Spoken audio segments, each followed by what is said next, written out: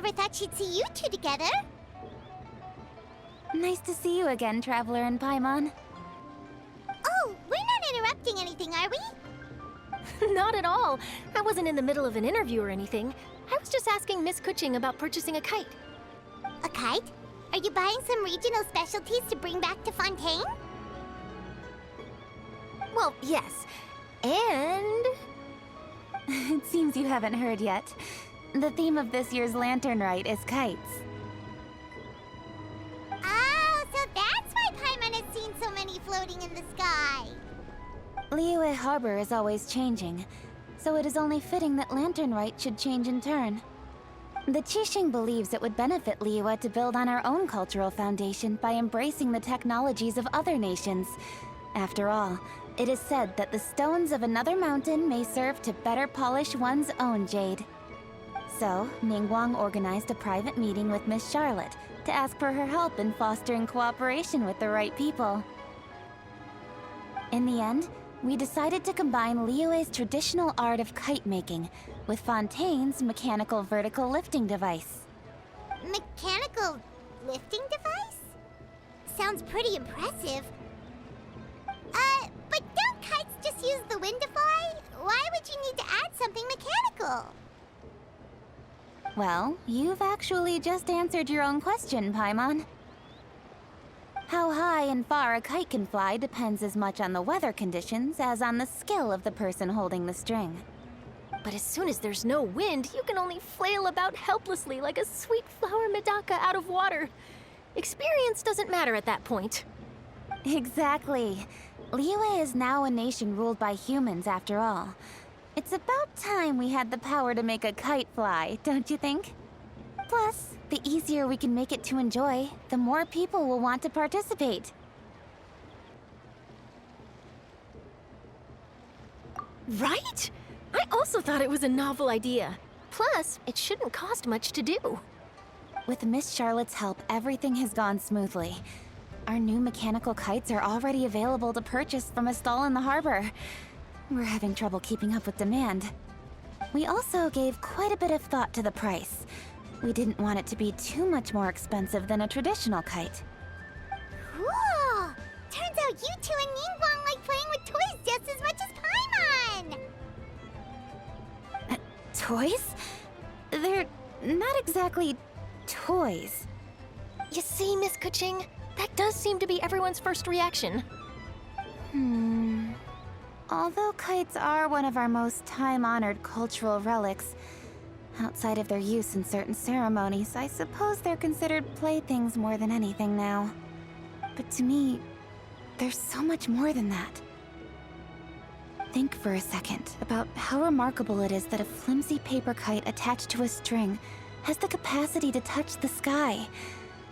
It is this slight piece of paper that also carries the weight of Liyue's cultural traditions. There's an old poem that goes, "O kite born of paper, flying true and sound, a lone traveler wanders, just waiting to be found."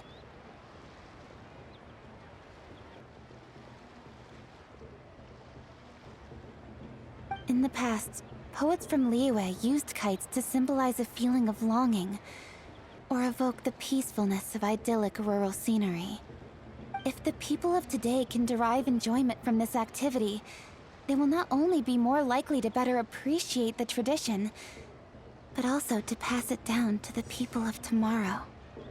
That's the Kuching we know, always thinking 5 steps ahead of anyone else. Well said, Miss Kuching. I've learned quite a bit myself. As long as you're willing to listen, I'm happy to share. I also know quite a lot about the various folk traditions related to kites. For example, whenever a kite blew away, people would say it was the Adepti that summoned the wind to take it away as an offering. That way, you can turn an unfortunate event into an auspicious one. What about something more fun? Do you know anything like that? More fun. Let me think. Oh, I suppose we should first talk about how kites are made. It's another one of our precious forms of traditional craftsmanship. My grandfather told me that back when he was a boy, children learned the art of kite making step by step from their elders. First, you use the thin strips of bamboo to construct the frame. Then, you draw a design of your choice on a piece of paper, paste it onto the frame, and tie on the string. Then, you look towards the sky and release the kite to soar among the clouds. Some people write down certain names or desires on their kites, cut the string, and let them fly free. Others may place particular thoughts or meaning into the design itself. Are certain designs associated with certain meanings? I'm gonna jot all of this down. Well, for example, kites in the shape of a butterfly typically symbolize freedom, happiness, or the desire to break free. Fascinating. What else can you tell me? The scissor-tailed swallow is the most classic design. It symbolizes good fortune and joyful tidings. Different colors also have small variations in meaning. Are these commonly understood meanings and symbols in Liyue? Kind of like the language of flowers in Fontaine. I believe so. Most have probably heard something about it from their elders at some point. If you're interested, Miss Charlotte, I have several books on the topic that I could lend you. They could be a useful reference. That would be a huge help! Great! Looks like I've got the outline for quite the article on my hands.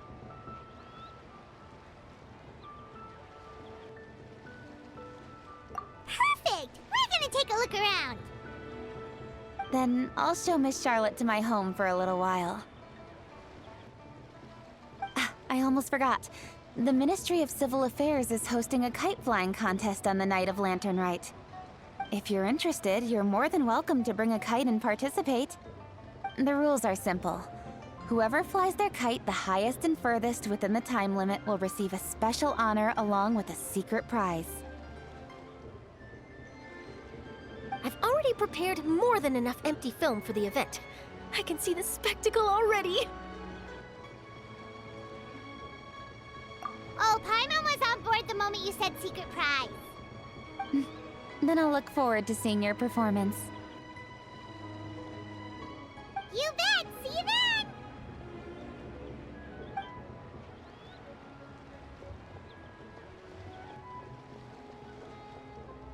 Wait, Traveler? Take a peek to your right. Do you see those two people lurking over there? Is it just Paimon? Or were they staring at us the whole time we were talking to Kuching and Charlotte just now? They seem fishy. Huh. Well, yes, but something's up. Paimon just has a bad feeling. Do you think they could be treasure hoarders? They always seem to be stirring up trouble during Lantern Rite. Oh, Paimon's sick of waiting around for something bad to happen. We should strike first, you know.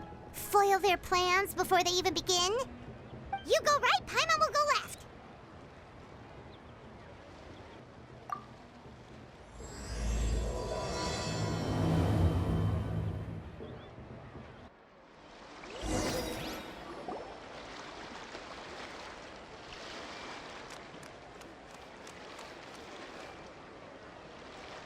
Oh.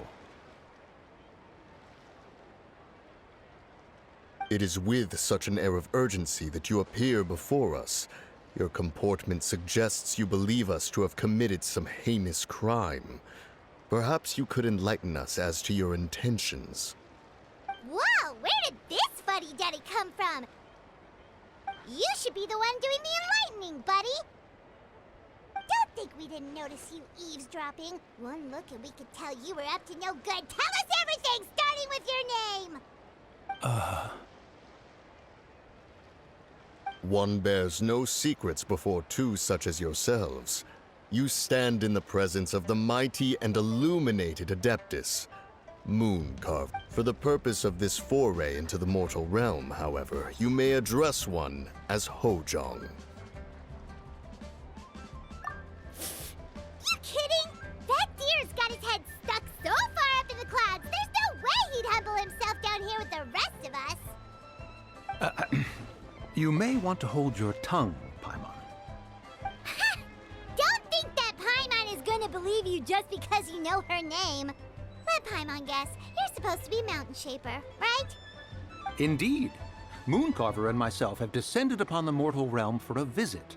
The two of you may call me Jiahu. Huh. Looks like you did your research.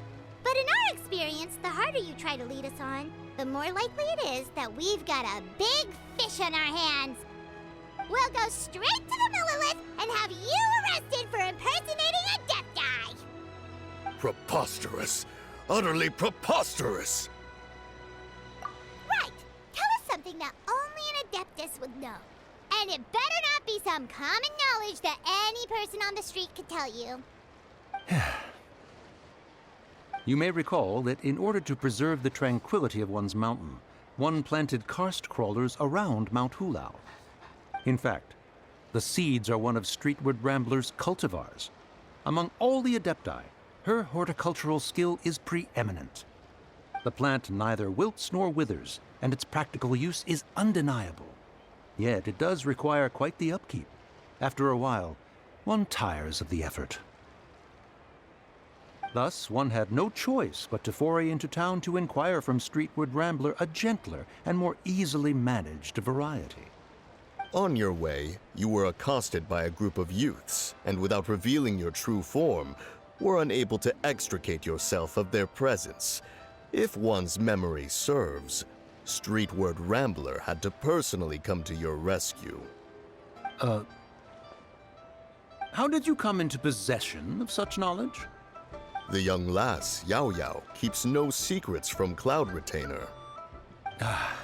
Alas, one can only let bygones be bygones.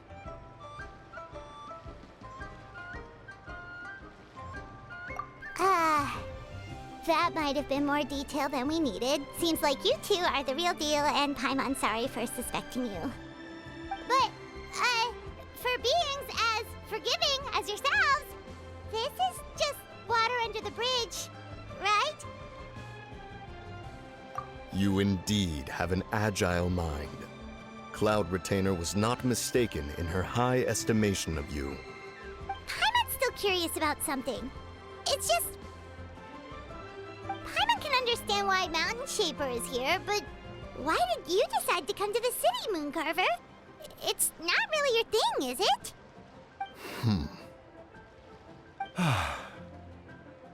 It is but an inevitable eventuality.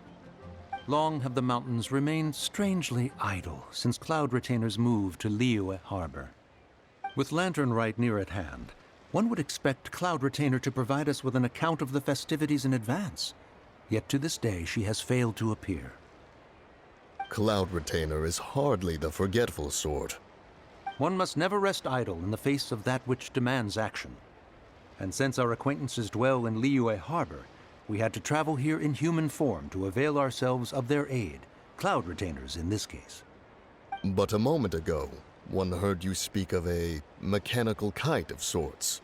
It appears the essence of the situation has hitherto revealed itself. Now it is time for one to retire back to one's abode. Huh.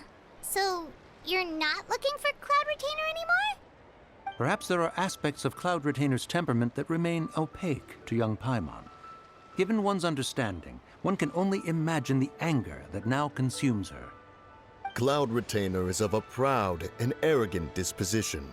She holds the belief that her skill in mechanics surpasses that of all others. One can be quite certain it is hardly with an open mind that she regards the arrival of this new technology. One surmises that she has shut herself away, refused all company, and buried herself in the study of her own creations. To call on her would only invite her rebuke. However, if you do happen to cross paths with her over the next few days, do pass along one's regards. Sure, leave it to us. Have a safe trip back, enjoy the scenery, and happy Lantern Rite! Thank you for your kind words. We shall now depart. We got all worked up for nothing, huh? All that trouble and it turned out to be people we knew all along! Well, it's still pretty early. Let's head over and check out the kite stalls. Paimon wants to see what kinds of kites we can buy to use in the competition. The bigger and prettier, the better.